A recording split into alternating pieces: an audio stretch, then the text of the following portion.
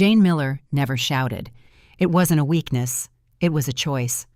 In her 32 years of life, she had learned one rule: he who shouts loses his head, his arguments, his position. Jane preferred to think to observe, to add up numbers in her head faster than the person she was talking to could finish a sentence. It was this very trait that had once attracted Victor to her. "You have the head of a CFO," he had told her on their third date. And Jane had laughed then because she worked as an accountant for a small company and was not a CFO, but she didn't disdain the flattery. Victor knew how to say the right words at the right moment, how to hold a pause, and he looked at her as if there were no one else in the room, just her and him. And that look was worth more than any words. That was precisely why she had married him. Not for money or status, but for the feeling that with him, she became a different version of herself, more confident, more protected, and more real. 9 years had passed since then. 9 years of marriage. A son Leo, a 7-year-old boy, and a large 2-story house in the suburbs with a spacious living room and a garden they had planted together in their first year of marriage. Jane had laughed then at how Victor couldn't hold a shovel properly. He had gotten angry, but he had laughed too. In those years, he knew how to laugh. Then something began to change. Not sharply, but gradually, like the light in a room changing when the sun goes behind the clouds. You don't notice it until you realize it's already dark. Victor was 45, an entrepreneur with 3 company branches, separate offices, and one phone he never left charging in a common area. Jane saw it. She also noticed that his business trips became longer, his explanations shorter, and the look with which he once gazed at her had vanished. It was as if it had been carefully folded and put away in a drawer that no longer opened. But Jane remained silent because she knew there are things you shouldn't investigate until you're ready to accept the answer. She was never quite ready. On a Friday evening, when Leo was already asleep and Victor was in his study with the door closed, as he had done every evening for the past 6 months, Jane was washing dishes and thinking that she needed to buy new curtains for Leo's room tomorrow. He had been asking for dark ones for a long time, so the light wouldn't wake him up in the morning. The thought was ordinary domestic, in no way remarkable. It is with such thoughts that the middle of any life is filled small domestic, utterly unheroic. On Saturday morning, Victor came down for breakfast and without looking up from his phone said in a level voice, the kind used to announce a change of supplier or the rescheduling of a meeting, "Linda is no longer working for us. I've paid her." Jane set her cup down on the table slowly so it wouldn't clink. "When?" "Yesterday." "Cost optimization. No point in paying for something we can do without." Linda Davis had worked for them for 3 years. Small, neat, with short, salt-and-pepper hair and perpetually pursed lips, not because of her character, but simply because that was her facial expression. She performed her duties silently and wiped the baseboards with a damp cloth, never touched the papers on the desks, and never asked unnecessary questions. Jane respected her precisely for that, for her ability not to meddle where she wasn't asked, a rare quality. "You could have warned me," Jane said, "at least out of courtesy. She worked in our house for 3 years. "It's my decision," Victor replied, and swiped the page on his phone. The dialogue was over. That's how their conversations had ended for the past 2 years. Not with a scandal, not with slamming doors, but simply with a silence into which Victor retreated as if into a shell. Jane had long ago learned not to beat her fists against this armor. It was useless. On Sunday morning, Jane was cleaning by herself. Leo had gone to his grandmother's, Jane's mother, who lived in the next town, and took her grandson for sleepovers on weekends. Victor had left in the morning on business without specifying what kind. Lately he never explained, just said business, and closed the front door behind him with the same indifference with which he ended a conversation topic. Jane started with the kitchen, then moved to the living room, wiped the shelves, rearranged a vase swept, and then went up to the second floor. Victor's study was closed, but not locked. She opened the door and immediately smelled it, that specific scent of expensive cologne, tobacco, and paper that she always associated with her husband. Victor rarely smoked, but he sometimes allowed himself a cigar right here in his study. With the window open, Jane took a cloth and wiped the windowsill. Then the bookshelves. They were mostly filled with business books and a few volumes of American classics that Victor never read but kept for show. Then she bent down to wipe the bottom shelf. There were folders in dark covers, and out of the corner of her eye, she saw something white under the small coffee table against the wall. A paper rectangle folded in 4. It lay as if it had been hidden quickly shoved under the leg of the table. Jane picked it up with 2 fingers, unfolded it. The handwriting was unfamiliar, large, a little shaky like how elderly people write when they are in a hurry and afraid at the same time. The letters were uneven, the pressure strong as if written with effort overcoming something inside. Your husband is a monster. Look under the rug. You need to know the truth. Jane read it twice then, once more slowly, like one reads documents that could have consequences. The only person who had been in this study was Linda. She cleaned here every week. She knew this study better than Jane did. So Linda wasn't fired because of optimization. Jane got down on her knees in front of the large dark rug that lay in the center of the study and carefully lifted a corner. Under the rug was hardwood dust along the edges, one stray paper clip. Jane lifted the second corner, then the third, then the fourth. Nothing. She was about to stand up when she noticed that the rug pad in one spot was slightly puckered. Not in the way it gets from age. It was different, as if there was something under it. Jane ran her finger along the edge and felt something hard taped to the underside. A small, flat key, the kind for a built-in safe or a metal box. Jane stood up and for a few seconds just stared at it lying on her open palm. A year ago, April. She had gone to her mother's for a week. Her mother had been ill. The doctor recommended bed rest and the presence of family, and Jane had spent 7 days there, only returning home for her things.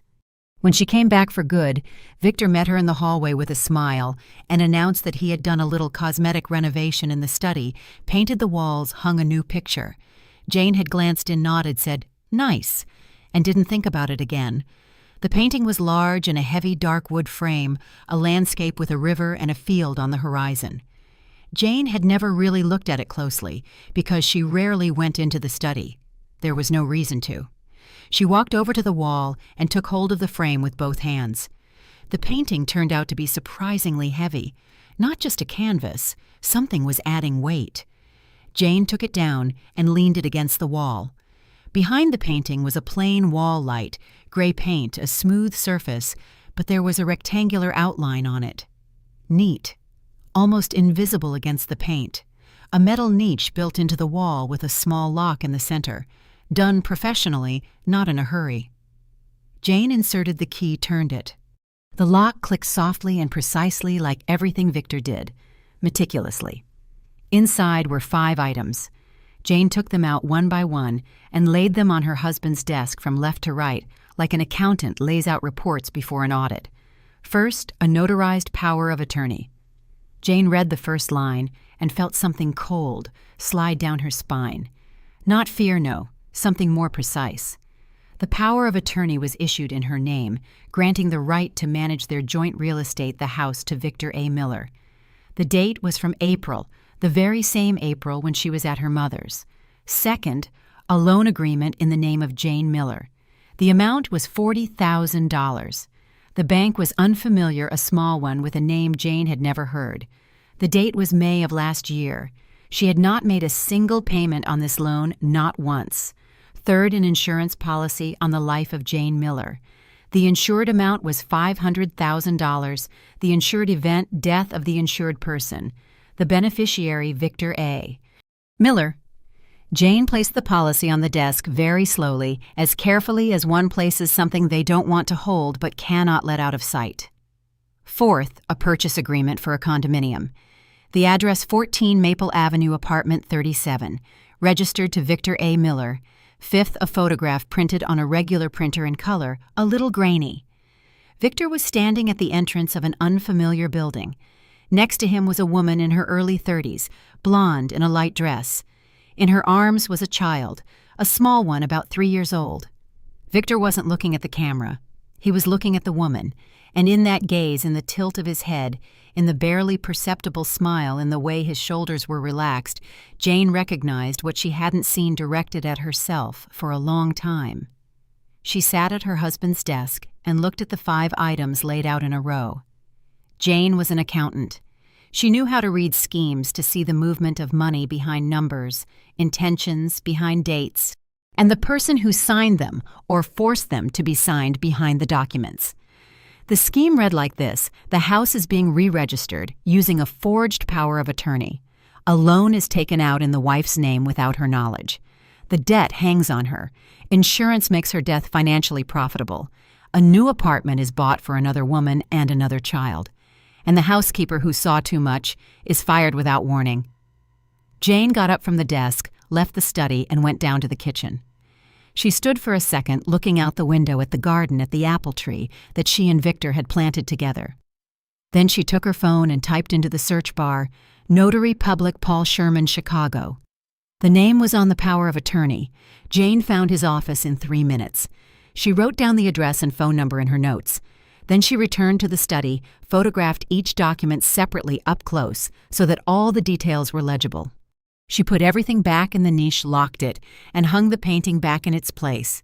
She put the key back where she found it.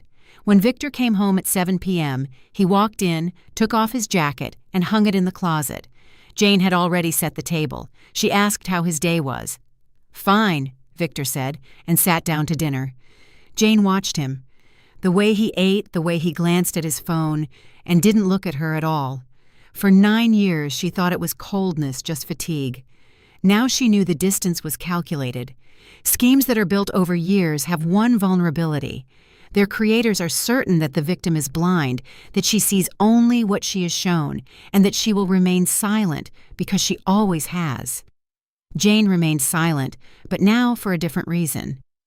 Monday began with Jane calling into work and taking 2 personal days.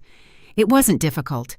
Jane's boss, George Phillips, a man of pre-retirement age and good-natured disposition, never asked unnecessary questions if an employee rarely made requests.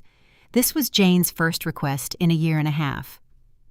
"All right, Jane," George said, and hung up. No questions, no clarifications. Jane was grateful to him for that. She stood by the kitchen window with the phone in her hand, looking at the garden. The apple tree they had planted with Victor was now mature tall, branched with a dense crown. Victor had fussed over it all day back then, getting angry that the branches wouldn't bend the way he wanted. Jane had laughed. He eventually laughed too. It was all so long ago that it felt like a memory of a different person. Leo went to school on Monday morning. Jane walked him herself, took his hand at the gate, walked to the corner, and watched him disappear around the bend. The boy walked confidently, his backpack slightly askew as always. Jane watched him go and thought that this child deserved to have a home. His home, not one that someone had re-registered with a forged paper in her absence. Victor left for the office in the early 9th hour. Jane watched from the bedroom window as he got into his car, a black Mercedes he had bought 2 years ago and was very proud of. He said a car should match one's status. The door slammed. The car pulled out of the driveway. The gate closed automatically. Silence. Jane took out her phone, opened her notes, and dialed the number for Paul Sherman's notary office. The phone was answered after the 3rd ring by a secretary, a young woman's voice, clear and habitually friendly. "Good afternoon. I need a consultation regarding a power of attorney," Jane said. "I'd like to verify a document that was allegedly notarized in my name at your office." There was a short pause on the other end, 2 seconds, no more. "Can you come in today? Mr. Sherman is available from 11 o'clock. "I'll be there at 11 o'clock, Jane replied. She arrived 10 minutes early. The office was located in the district's business center, a small office on the 2nd floor of an old building with high ceilings. A reception area with leather chairs, and an aquarium with lethargic fish that swam so slowly they seemed to be conducting consultations themselves. Everything exuded solidity and moderate conservatism. While waiting to be called, Jane sat up straight, holding her purse on her lap, and mentally rehearsed the conversation, possible answers and questions. She knew how to prepare for conversations in advance. This was another habit from her accounting practice before you go into an audit. Know exactly what you want to find. Paul Sherman turned out to be exactly as Jane had imagined him, around 60, portly, with a neat haircut and the gaze of a man who is hard to surprise. He spoke slowly, weighing his words. In 30 years of notarial practice, he must have seen it all: forged wills, fabricated powers of attorney, families that fell apart before his eyes due to someone else's greed.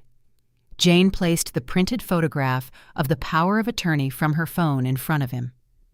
This document was notarized by your office. The date is April 22nd of last year.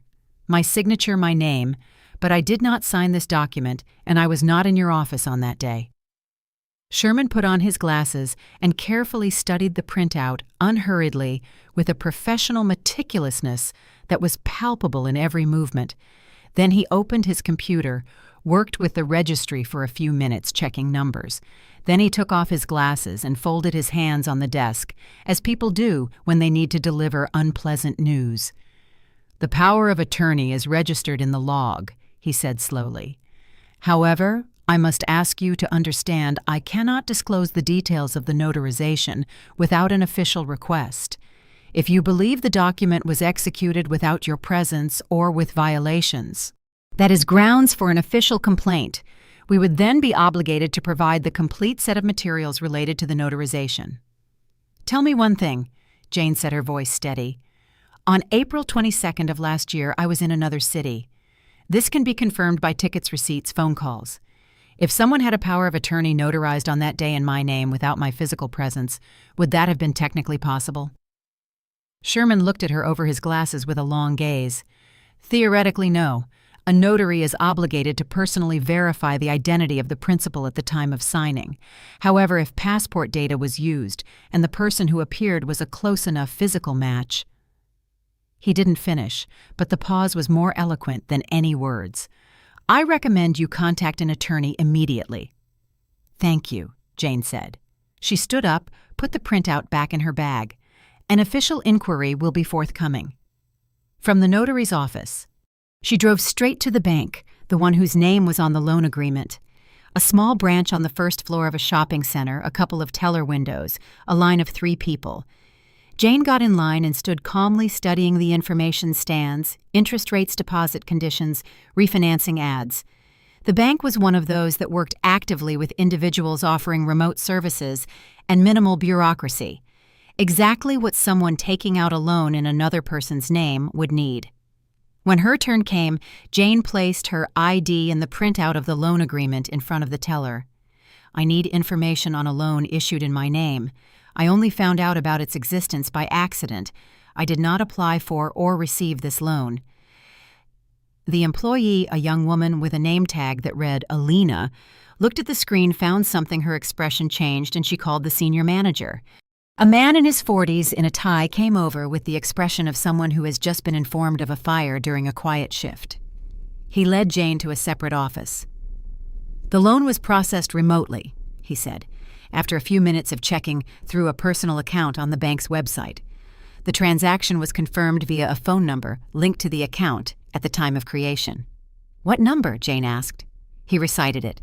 Jane wrote the digits in a notepad she took from her purse. Although she already knew the answer, she had known since last night when she saw the number on the agreement. A year and a half ago, Victor had changed his phone number and given the old SIM card to Jane, supposedly for her to transfer to her name for household needs. Jane kept putting off the transfer. The card was lying in her bedside table drawer. Victor knew that perfectly well. He knew everything that was in her drawers. Through which IP address was the electronic signature created for the personal account? Jane asked. The manager winced slightly. The question was inconvenient. "That is the purview of the security department and law enforcement. We do not provide such data to private individuals, but if a criminal case is opened, the bank is obligated to provide all technical information upon an investigator's request." "I see," Jane said. "What do I need to do to dispute the loan and freeze the interest accrual pending an investigation?" "You need to write a statement. I'll give you the form." She wrote the statement carefully without a single mistake, not rushing. The manager watched her and seemed to expect tears, or at least a trembling voice. There was neither. She left the bank in the early afternoon, stopped on the sidewalk, took out her phone, and found the law firm she had noticed the previous evening. They had handled several high-profile cases involving fraud in property division. The website listed their specialists: Mark Dawson, 41, specialization family law, property disputes, civil litigation, 12 years of practice. The photo showed a serious man with the attentive gaze of someone accustomed to listening more than talking. Jane called. She made an appointment for tomorrow at 10 a.m. There were still a few hours until evening. Jane drove to the fourth address from the hidden cache, 14 Maple Avenue. She didn't plan to do anything just to see it with her own eyes, to confirm that the address existed not just on paper. The building was a 9-story apartment block, painted beige, one of thousands of such buildings in the city where completely different people lived behind identical windows. Jane parked across the street and sat in the car for about 20 minutes looking at the entrance. A grocery store on the ground floor, a baby stroller by the second entrance. Someone on the third floor opened a window and looked out, then closed it. Apartment 37. So, first he secured the new nest, then he dealt with the old one. Jane left at 3:30. She managed to pick up Leo from school. The boy came out with his backpack and a crumpled drawing in his hand that he had made in art class. He handed it to his mother silently, like one hands a gift they are unsure of. "It's you," he said. "I drew you." Jane took the drawing. On the paper was a figure with dark hair and big eyes with arms spread wide like the branches of a tree. Next to it was a small figure with a backpack. "It's beautiful," she said, and put the drawing in her bag where the printouts of documents, the statement from the bank, and the notepad with her notes lay. Leo took her hand and they walked to the car. That evening, Victor returned around 8. He was in a good mood, a rarity in recent months. He ruffled Leo's hair, asked about school, sat next to him on the sofa while the boy showed him something on his tablet. Jane watched from the kitchen and thought that behind Victor's good mood, there was always a specific reason. He didn't smile just for the sake of it. It meant that today something in his scheme had moved in the direction he wanted. It meant she had less time than she thought. When Leo went to bed, Jane sat at the kitchen table with her laptop and systemized everything she had learned that day. She opened a new document, titled it with a single word, facts, and began to type dryly, without emotion, without digressions, like compiling an inventory report. Power of attorney. Date coincides with absence from the city. Notary confirmed registration, but not the legality of the procedure. Handwriting analysis of the signature is required, as well as identification of the person who was present in her place. Loan. Processed remotely using an old phone number that was in Victor's possession. A dispute claim has been filed. The IP address of the transaction is a subject for an investigative request. Insurance policy. The signature on the contract needs to be verified. When, under what circumstances, through which agent. The beneficiary is the husband. Apartment. A woman with a child lives there. Her identity needs to be established. Jane saved the document and closed the laptop. She put it away in a closet behind a stack of towels on the top shelf, a place Victor never looked. Then she turned off the light in the kitchen and went upstairs. Victor was asleep. Jane lay down next to him, staring at the ceiling. Leo was sleeping in the next room. A lone cricket was chirping in the garden methodically without pause, as if counting the seconds. Jane thought about something simple. The person who builds a scheme against another always has one blind spot. He is convinced that the victim knows nothing, that she sees exactly as much as she has been shown, that she will remain silent because she has always been silent. Jane had indeed always been silent. But tomorrow at 10 a.m., the lawyer Mark Dawson would tell her how to act, and the silence was ending. Tuesday morning, Jane put on a gray blazer, the one she wore to serious negotiations at work. Not because she wanted to make an impression. The blazer simply helped her keep her posture. Posture helped her feel more confident. Mark Dawson received her at exactly 10 o'clock. The lawyer's office was on the third floor of a business center in the Loop. A spacious office with high windows, bookshelves along the walls, and a large lightwood desk on which exemplary order reigned. No extra papers, no ostentatious luxury, the workspace of a person who values clarity. Dawson was exactly as he appeared in the photo on the website, a fit man with neat dark hair, slightly touched with gray at the temples. He stood up when Jane entered, shook her hand firmly without any extra gestures. and offered her a seat. "I'm listening," he said, and prepared to take notes. Jane spoke for 20 minutes without sentiment, without digressions or tears, just the facts in chronological order: the hiding place, the power of attorney, the loan, the insurance, the apartment, the photograph, the notary, the bank, everything with dates, with details, with the logical connections between events. Dawson listened without interrupting, making notes in his notepad, quickly in his own shorthand that Jane didn't try to read. When she finished, he looked at his notes for a few more seconds, then raised his gaze. "You have an analytical mind," he said, not as a compliment, but as a statement of fact. "You've laid this out better than most paralegals compile a case file." "I'm an accountant," Jane replied. "I'm used to working with documents. That will help us." Dawson closed his notepad. "Now to the point. For the power of attorney, we need a forensic handwriting analysis of the signature. That's the first and most important thing. If the analysis confirms the signature isn't yours, the power of attorney is void, and all transactions made based on it can be challenged.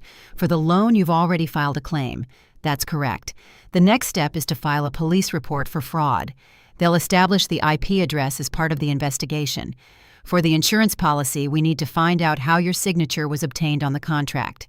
That's a separate issue for the insurance company. And the first thing I'm doing today is placing a lien on your house. While the investigation is ongoing, the house isn't going anywhere." "How quickly can you do that?" "The lien will be in place by the end of today. The police report. It's best we go right now together. I'll accompany you." "Okay," Jane said. They spent almost 2 hours at the police station. Dawson knew how to talk to the desk sergeants and detectives, calmly, specifically with references to statutes. The report was filed. The detective, a young man in his 30s, clearly overloaded with work, listened, took notes, and promised to pass it on for review. Dawson nodded, and on their way out, quietly said to Jane, "In a day or two, Detective Nolan will contact us. He handles these kinds of cases there, a good specialist." Jane remembered the name. They stepped outside. It was early afternoon. Dawson looked at her and asked, "Have you found out who lives in that apartment on Maple?" "No, I drove by, looked from the outside. I didn't go in." "You should have," Dawson said. "But be careful. This woman is most likely a victim herself. She just doesn't know it yet. If she confirms your husband's intentions, her testimony will carry weight. Talk to her person to person. No aggression, no accusations." "I understand," Jane said. They said goodbye at her car. Dawson got into his silver Audi, Jane noted, and drove off. She stood on the sidewalk for another minute. Then she took out her phone and called her mom. "Can you pick up Leo from school and have him stay with you until tomorrow?" she asked. "I have some things to take care of." "Did something happen?" Her mom could read her daughter's tone. "Everything's fine, just business. I'll explain everything later." A pause. "Okay, I'll get him," her mom said, and didn't ask any more questions. Jane drove to Maple Avenue. She parked in the same spot as yesterday. She watched the entrance for a few minutes, then got out of the car, walked to the intercom of the second entrance, and pressed the button for apartment 37. A long pause, then a woman's voice, a little wary. "Who is it?" "My name is Jane Miller.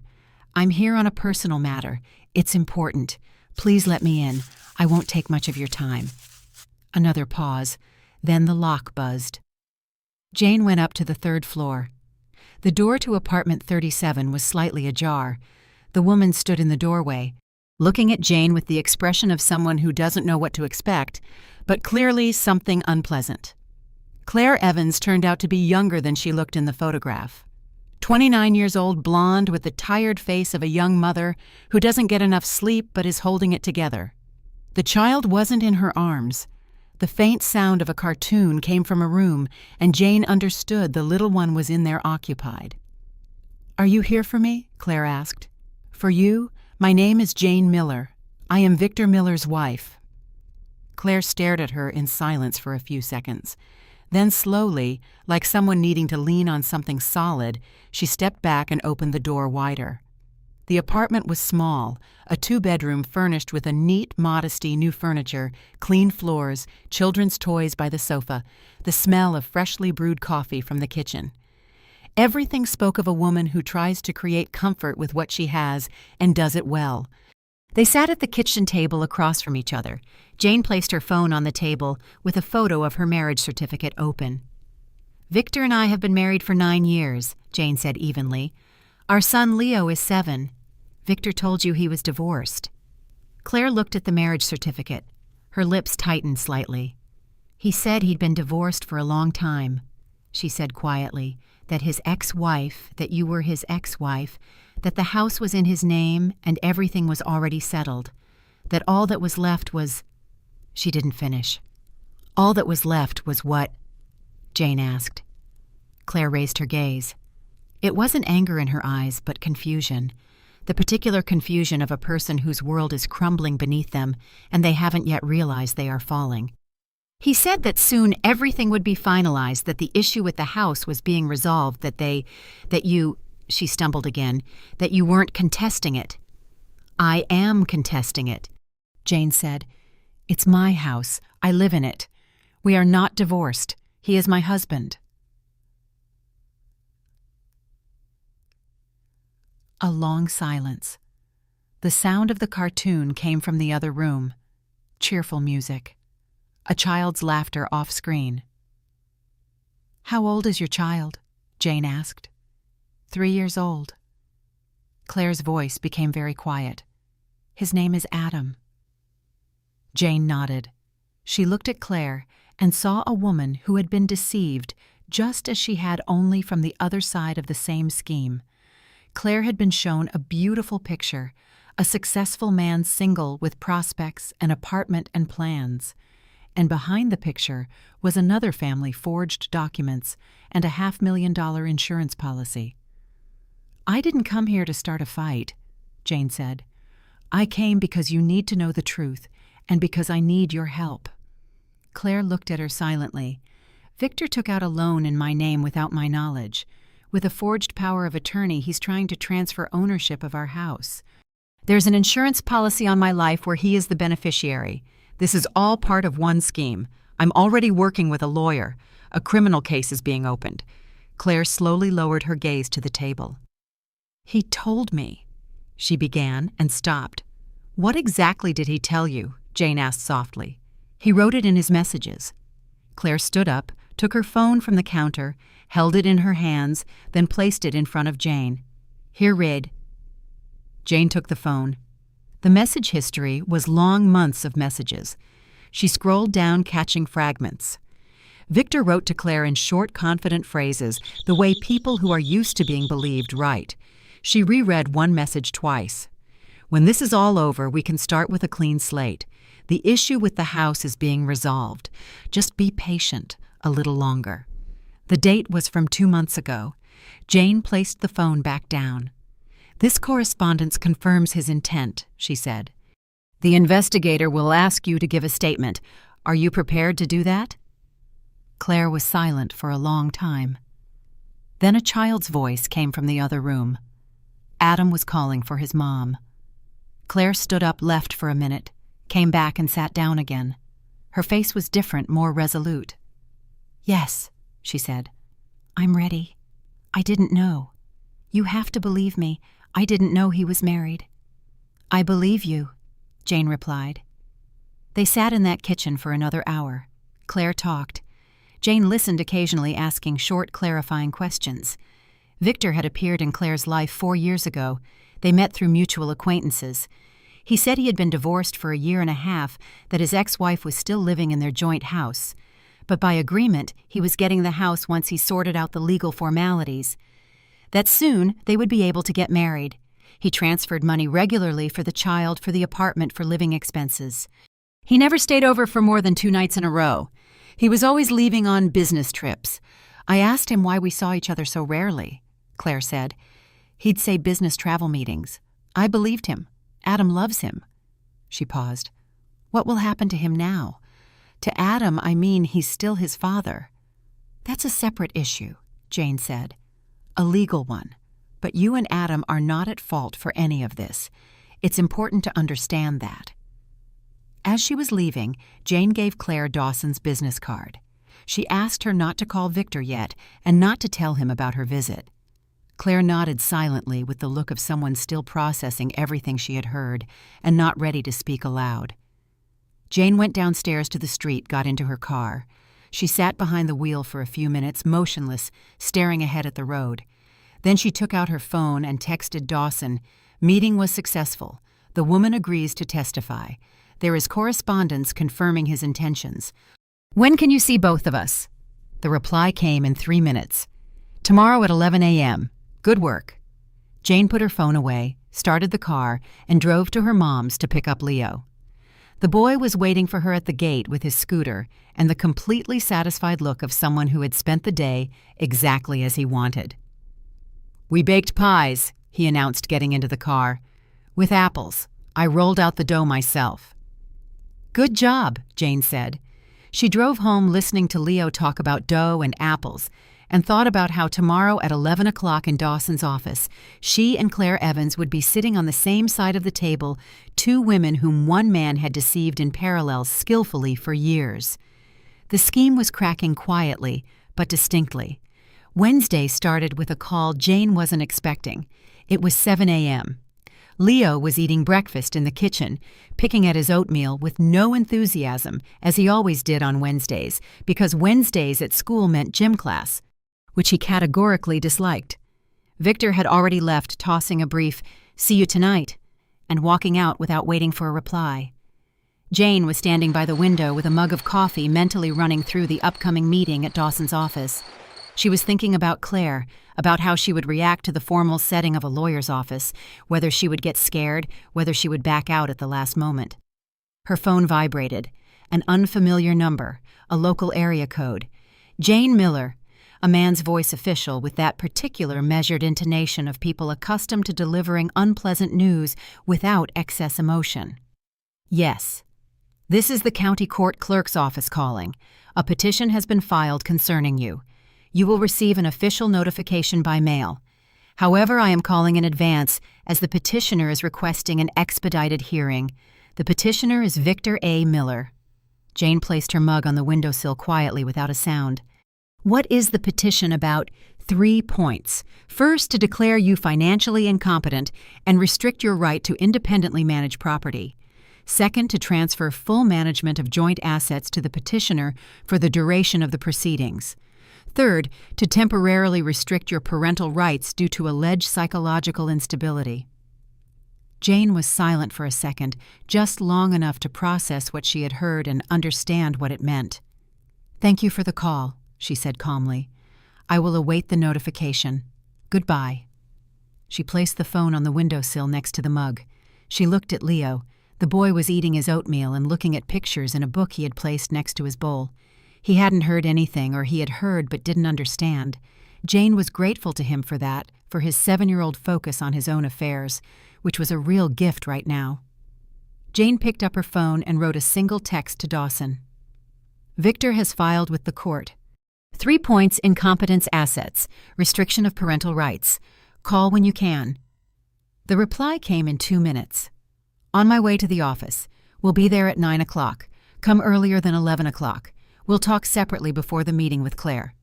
Jane took Leo to school, walked him to the door, patted his shoulder, and waited until he went inside. Then she returned to the car, sat for a few seconds with her hands on the wheel, staring into space. Then she started the engine and drove. She was at Dawson's office at 9:15. The lawyer met her without any preliminaries, getting straight to the point. "This is a classic preemptive strike," he said, sitting across from her and opening his laptop. "He's trying to seize the high ground before you've had a chance to fully build your line of defense. If the court temporarily restricts your rights to the property, he gets free rein with the house. If he simultaneously adds a story about parental rights, you spend your time, nerves, and financial resources defending your child, not on attacking his scheme. It's smart, I'll be honest, a well-calculated move." "What does he have as grounds for the parental rights claim?" Jane asked. Dawson took a folder from his desk and opened it. He placed a sheet in front of Jane. "I received a preliminary summary of the petition an hour ago through colleagues. He's attaching a medical certificate from a private psychiatric clinic. The certificate is dated last week, meaning it was obtained after you started taking action. It states that Jane A. Miller shows signs of a chronic anxiety disorder with elements of paranoid thinking and requires specialist observation. Jane took the copy of the certificate, read it carefully from the first line to the last. The clinic's name was unfamiliar somewhere on the outskirts. The doctor's signature was illegible intentionally or not. A round stamp, everything formally correct. The document looked just convincing enough for a judge to accept it for consideration. "Where did he get this?" she asked, although the answer was already forming itself. "He bought it," Dawson said bluntly. "There are clinics that issue such documents without a real examination of the patient for the appropriate fee. It's a separate criminal offense, but proving it quickly isn't easy. It requires an investigation of the clinic questioning of staff. Therefore, our countermove is simple and at the same time ironclad. Today you will undergo an independent psychiatric evaluation at a state institution. I've already arranged it. The state psychiatric hospital provides expedited evaluations by referral in cases of legal disputes. You'll go there right after our meeting with Claire." "Okay," Jane said. "Now for the rest. Regarding the incompetence claim, he has no grounds. You are officially employed. You have no debts on your own obligations. And the loan that is in your name is already being disputed with the bank. I am filing a motion to dismiss with the court today. As for the property, we placed a lien on it on Tuesday, so the house is completely frozen. He cannot legally conduct any transactions with it. And fourth, today, I am officially initiating the forensic handwriting analysis of the signature on the power of attorney. It will take a few days, but the result will be unequivocal. Either the signature is yours or it's not. There's no third option." Jane listened and nodded.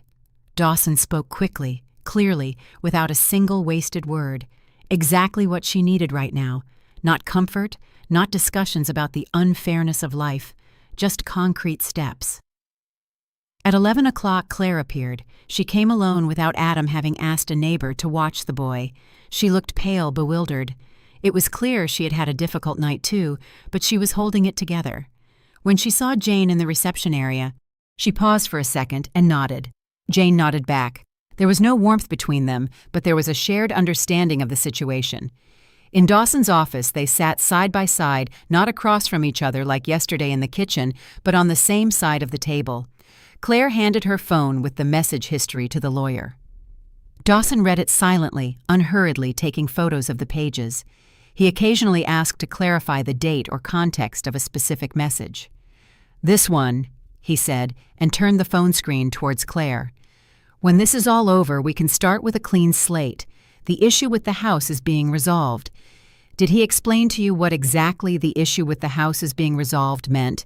"He said the house was in his name, but there were some formalities with his ex-wife," Claire answered.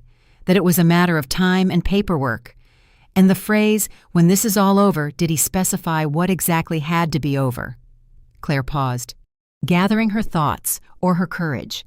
It was unclear. "He said when the property issue is closed, we'll make our relationship official. I understood it, as he'll sort out the legal side of the property division, that all that was left was to sign some papers." "Are you prepared to confirm this in a deposition with a detective?" "Yes," Claire said firmly, without hesitation. "I'm ready." Dawson nodded and closed his notepad. "Good. Detective Gregory Nolan from the Economic Crimes Unit will contact you in the next few days. I will inform him of your readiness to cooperate. Your messages are key evidence of premeditation. Do not delete anything. Make a backup copy on another device today just in case. Print out the most significant fragments and keep them in paper form." After Claire left, Jane remained in the office for a few more minutes. "He knows I'm doing something," she said to Dawson. "Otherwise he wouldn't have filed with the court so quickly in just 2 days." "Almost certainly," Dawson agreed. "Either the bank indirectly notified him through a shared system or the notary did, although that would be a breach, or he sensed a change in your behavior at home." "Have you changed in any way over the past few days?" Jane thought honestly. "I've been talking less, but I've always been quiet. He knows that. For a person accustomed to controlling the space around him, even a barely noticeable change is a signal." Dawson closed the folder. Be prepared. The pressure will increase. He might try to talk to you directly to find out what you know and how far you've gotten. Don't confirm anything. Don't deny anything. Any significant conversation with him should only be with witnesses present or record it. It's legal provided you are a participant in the conversation. I understand, Jane said, and as she was leaving, she added, I'll buy a recorder on the way. The state hospital admitted her at 2 o'clock. 2 hours of evaluation. Standard psychodiagnostic tests, a structured interview, filling out questionnaires based on several methodologies. The doctor, an elderly woman with a soft voice and a manner of listening to an answer until the end without interrupting, never once let on what she was thinking during the process. She just asked, observed, and made notes in the chart. The conclusion was issued an hour after the evaluation was completed. Jane read it while sitting in the hallway on a hard plastic chair. No psychiatric disorders detected. Mentally sound. Emotional state is within the reactive norm considering the current stressful situation. No signs of paranoid thinking, anxiety disorder, or other pathological conditions were found. She photographed the document and sent it to Dawson. He replied immediately, Excellent. Victor's private certificate is just paper. A state evaluation is an argument for the court. Jane returned home at 5 p.m. Leo was already home. Her mom had picked him up from school and brought him back. The boy was sitting on the living room rug building a large construction set. Her grandmother was bustling in the kitchen, had made soup, put the kettle on sliced bread. Jane hugged her by the stove, briefly, silently burying her face in her shoulder. Her mom stroked her back and asked nothing. She knew how to be silent precisely when it was most needed. Victor returned at 7 o'clock. He came in, took off his shoes, hung his jacket on the hook in the hallway. All his movements were familiar calm, like a person whose day had gone according to a routine. He saw his mother-in-law in the kitchen, raised an eyebrow slightly, but said nothing. He sat down to dinner, was polite, complimented the soup, asked Leo about school. Everything as usual, as if nothing had happened, as if he hadn't filed a court petition with 3 points against his own wife that morning. Jane watched him and thought, this is his real strength. Not money, not connections, not schemes. His composure, the ability to sit at the same table with a person he just shot at and eat soup with the air of someone who has everything under control. When her mom had left and Leo was in bed, Victor came into the kitchen where Jane was washing dishes and stopped in the doorway. He was silent for about 3 seconds.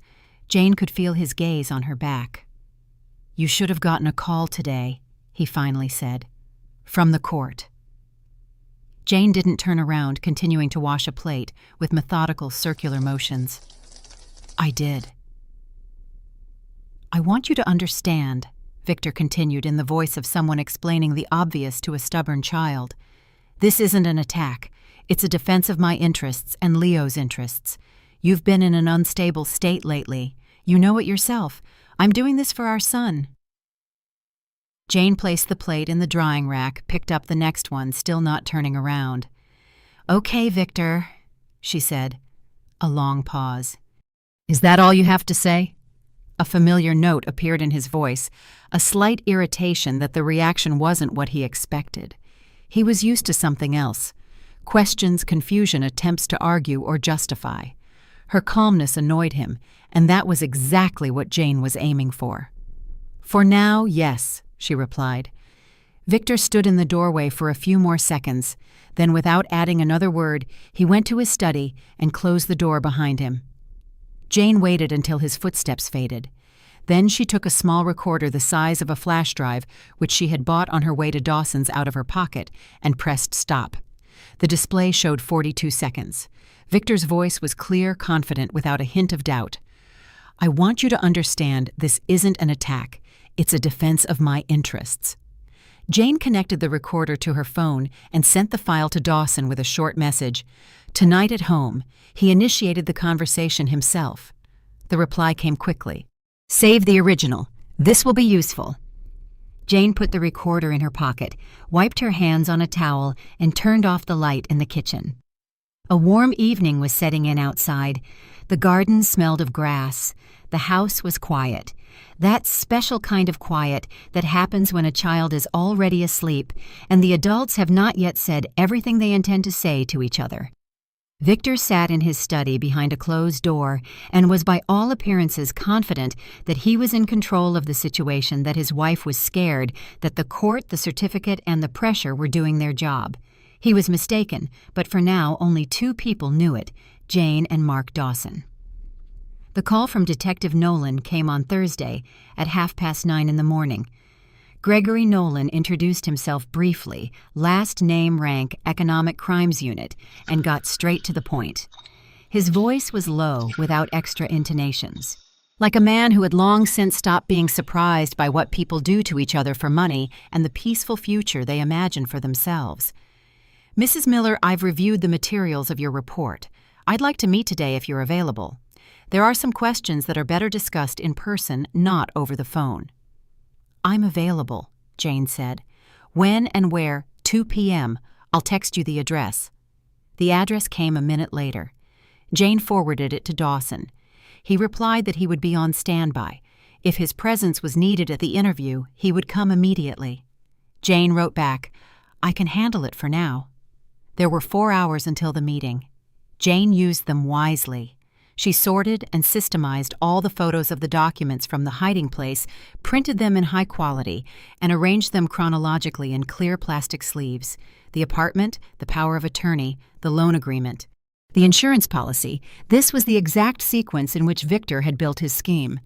First, he secured the new nest. Then he dealt with the old one. Next to the documents, Jane placed the conclusion from the state hospital and a copy of her statement to the bank. The folder was substantial. Jane looked at it and thought about how a year ago, when all this was being arranged, she knew nothing. She lived in the same house, cooked dinner, took Leo to school, and had no idea that a neat scheme for her financial destruction lay in the study wall. She signed forms that her husband brought home without reading them, because she trusted him, because she believed there was no reason not to trust him. Nolan turned out to be a man in his 40s, large, with a short-trimmed dark beard and a calm gaze of someone who doesn't need to prove anything to anyone. His office was small, without unnecessary decorations: a desk, 2 chairs for visitors, a safe against the wall, a whiteboard with some diagrams. He took the folder, leafed through it, unhurriedly, with the professional thoroughness that distinguishes people who know how to truly read documents, not just skim them, but delve into every detail. He lingered on the insurance policy, the longest reread it twice, then set it aside. "Did you figure out to systemize this by date yourself?" he asked, without looking up from the folder. "I'm an accountant," Jane replied. "I'm used to working with the chronology of documents. A date is always an intention." Nolan nodded. "Good. Then let's get straight to the point. We initiated the handwriting analysis for the power of attorney last night. Your lawyer provided samples of your handwriting. The results will be back in 3 to 4 days. We've sent a request to the bank for the IP address used to create the loan as part of our investigation. The bank is required to respond within 2 business days. These are the 2 key points from which everything else will follow." "What do you expect to find with the IP address?" Jane asked. "If the address matches your husband's office or his home network, it's direct proof of who exactly took out the loan. Technical data doesn't lie." He said this without irony, completely flatly, like stating an axiom. "I also need documents confirming your absence from the city on April 22nd of last year. Tickets, receipts, anything with a date, and your name." "I've prepared them," Jane said, and took a separate envelope from her bag. "A pharmacy receipt from that city with the date, a printout of calls from my number for that day, all incoming and outgoing calls with the carrier's geolocation." Nolan took the envelope, glanced inside, and for the first time during their conversation, he slightly raised an eyebrow. "You gathered this yourself?" "Yes," Jane said. The detective looked at her a little longer than one usually looks at a visitor. Then he placed the envelope in the folder and closed it. "I'll be meeting with Claire Evans tomorrow. Your lawyer has already informed her. There's one more thing, the insurance policy. Do you remember signing any documents from an insurance company in the last 2 years?" Jane thought honestly, without rushing. 2 years ago, we renewed the insurance on our car. Victor handled it himself. I only signed a few forms he brought home. He said they were standard auto insurance documents. I signed without reading. Nolan slowly nodded. I see. So among those forms could have been a life insurance contract. A person signs a stack of documents without looking. A classic and very common scheme. We'll request the policy from the insurance company and determine exactly how it was signed. Driving home, Jane thought about that stack of forms from 2 years ago. Victor had placed them in front of her on the kitchen table, handed her a pen, and said, "Sign here and here."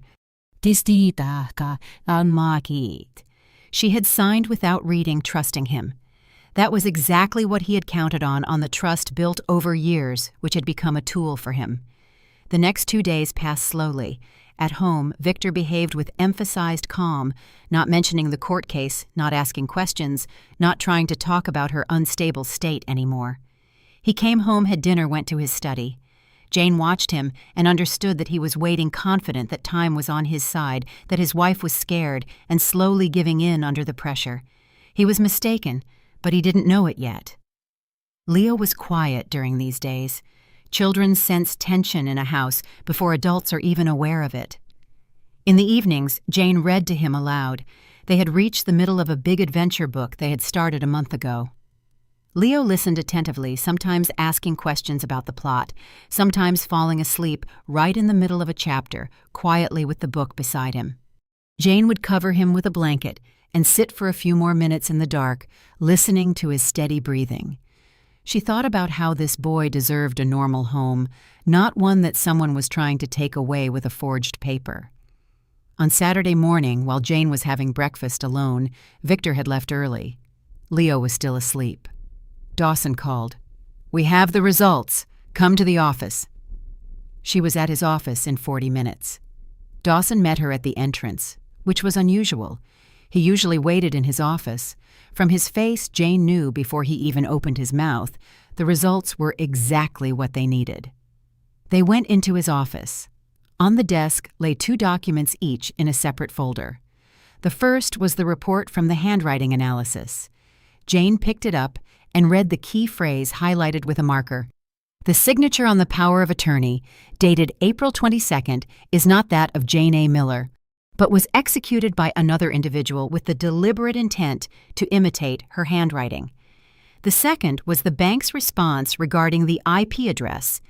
The electronic signature for the loan application was created from an IP address registered to a legal entity, Miller Trade, LLC, one of Victor's companies, the office on Newberry Street. The date and time of the application coincided with a business day when Victor, according to his business calendar, was at that very location. Jane placed both documents on the table and was silent for a few seconds. Outside the office window, it was a bright morning. The sun fell on the stack of papers, making them look almost ceremonial. "Is this enough?" she asked. "More than enough," Dawson said. "The signature isn't yours. The power of attorney is legally void. All transactions based on it fall apart. The loan was taken out from his work computer. That's fraud using personal data. The charge is clear-cut. Plus Claire's testimony.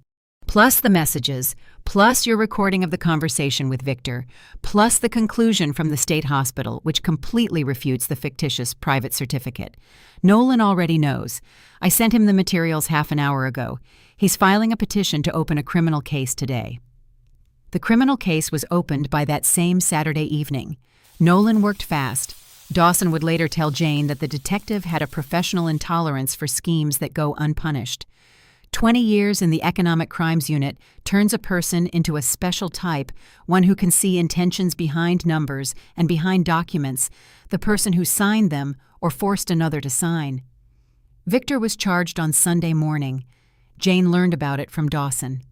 He called at 9 a.m., a short call. Nolan made the arrest. They're charging him on 4 counts: fraud, forgery of documents, unlawful acquisition of a loan, and attempted fraudulent transfer of property. Jane stood by the kitchen window with the phone in her hand. Outside was the garden, the apple tree in full bloom, the grass, the bright morning sky. The house was quiet. Leo was asleep. "What now?" she asked. Now the trial.